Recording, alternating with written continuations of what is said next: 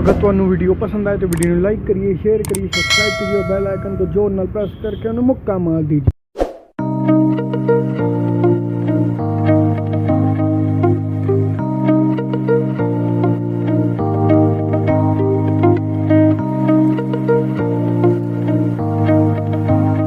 मुझे समझ नहीं आती जब मैं इंडिया की बात करने आती हूँ कोई ना कोई अटैक करने यहाँ पर आ जाता है कि इंडिया की पे बात क्यों कर रहे हो। और एक और बात बता दूं, ये सारा उन्होंने रिस्क लिया है कि इसको पब्लिक लाइव किया जाए। ये नहीं कि रिकॉर्डिंग पहले हुई और बाद में उन्होंने दुनिया को पेश किया। नो, जैसे जैसे हो रहा था साथ साथ उन्होंने पूरा दुनिया को, पूरी दुनिया ने देखा है वो सारा उनका टच डाउन जो होता है। तो ये कमाल हो गया है। मोटिवेशन तो किसी को हीरो को देख के ही आगे बढ़ा जाता है। मोटिवेशन चाइना से क्यों नहीं ले रहे? अमेरिका तो ले लो, चाइना से ले लो। इंडिया में क्यों है? अगर कल को वहाँ पे कोई इस किस्म के मेटल्स या मिनरल्स निकल आए जो कि बहुत ही कीमती हैं, तो इंडिया की ऑब्वियसली वहाँ पे फर्स्ट मूवर एडवांटेज मिलेगा। हमारा भी दिल करता है कि वो क्यों गया है, हमें भी जाना चाहिए। ऐसा ही है, हमें भी बहुत जज्बा है। इंडियन से बिल्कुल प्रूव किया तो सब कॉन्टिनेंट का ना कि जी कम पैसों में काम कराने वाला, यानी पिछला वाला 97 का था और इस बार उससे भी कम पैसों में मिशन सक्सेसफुल किया। अमेरिका में $100 मिलियन के घर होते हैं, घर के पैसों से भी कम पे जो है पूरा चांद का मिशन करके जबरदस्त हो गया है। और वो मून वॉक कर रहे हैं और हम हनीमून वॉक कर। बहुत बड़ी अचीवमेंट है कि एक एशियन मुल्क जो 1947 में जिसका लिटरेसी रेट 4 या 5% था, शायद इससे भी कम, वो इसको 80+% तो उन्होंने। सर, आज हम जरा बात करना चाहेंगे इंडिया का एक बहुत बड़ा जो चंद्रयान 3 मिशन है वो कंप्लीट हो गया है। एक तो आप उस बारे में क्या कहेंगे उसके लिए कि किस तरह से आपको लगा कि ये इतना सक्सेसफुल रहा? पूरी दुनिया जो है वाह वाह कर रही है भारत की, लेकिन सर कोई भी इस्लामिक कंट्री पाकिस्तान समेत एजुकेशन में और साइंस और टेक्नोलॉजी में पीछे क्यों है? हमारे यहाँ अजीब अजीब किस्म की बातें होती हैं जो मुल्ला माफिया करती है या बाकी लोग करते हैं कि हमें यार दूर दूर तक लगता है साइंस से कोई वास्ता नहीं है। ऐसा क्यों है?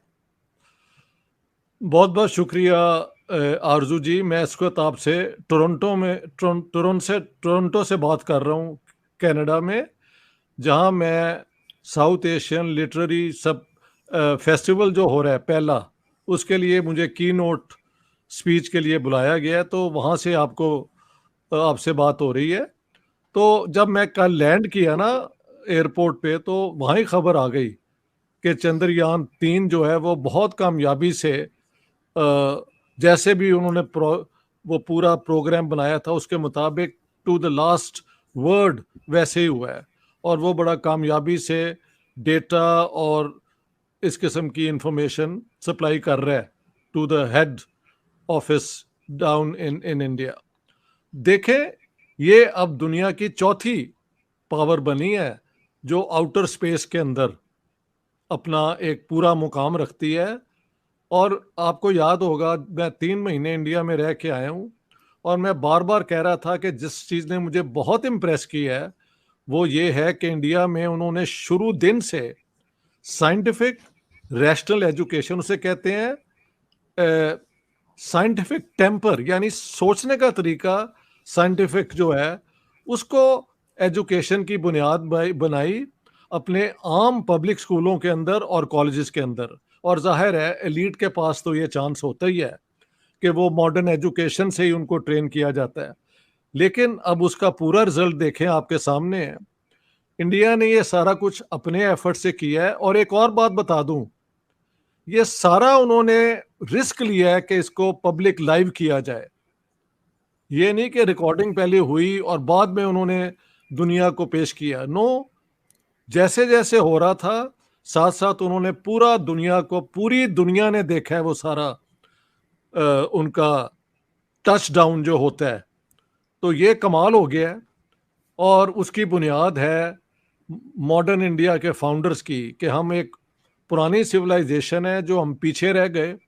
अब हम जो दुनिया का सबसे एडवांस्ड इल्म होगा उसकी बुनियाद पे हम अपने लोगों को एजुकेट करेंगे और आगे लाएंगे।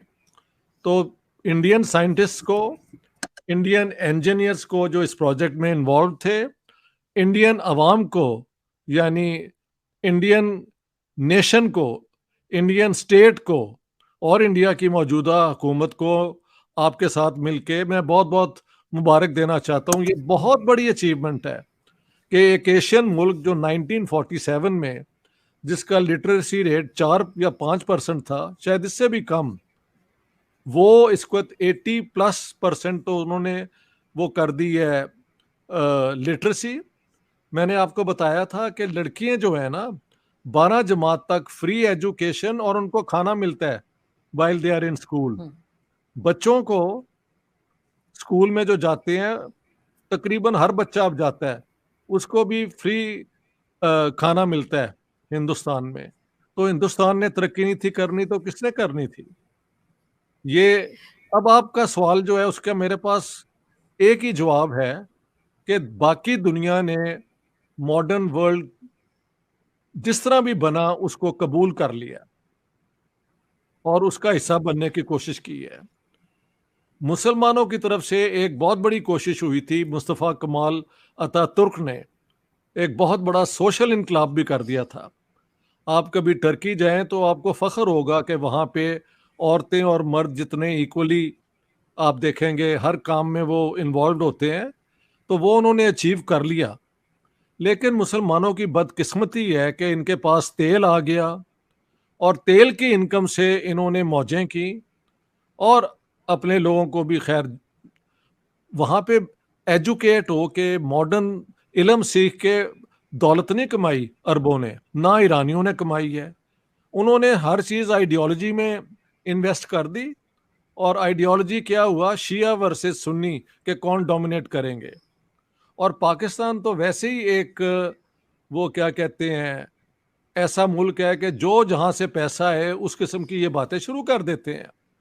हालांकि वर्ल्ड बैंक ने इनको बड़ा चांस दिया था, पाकिस्तान की अपनी ये जो स्पेस के लिए एक दफ्तर भी बना था, मुझे अब उसका नाम याद नहीं आ रहा, लेकिन वहाँ इन्होंने सिर्फ कमाल क्या किया कि सारा कुछ छोड़ के वो न्यू आपने आज की पत्रिका में सुना होगा कि पाकिस्तानी मीडिया गल कर दी गई है कि भारत का जो चंद्रयान है उसमें से लैंड रोवर उतर गया है और वो चंद्रमा की सरफेस पर उतर के अब उसने खोजबीन शुरू कर दी और चंद्रमा की ज़मीन के अंदर से वो मिनरल्स ढूंढ रहा है। इसी पे पाकिस्तानी मीडिया जली बुनी बैठी है कि एक तो और भारत दिनों दिन इतनी ऊंचाइयाँ करता जा रहा है, अब तो वो चंद्रमा पर भी जाके उसने तिरंगा फहरा दिया और एक हम बस अपने झंडे पे तिरंगे पे चांद लेके बैठे हैं।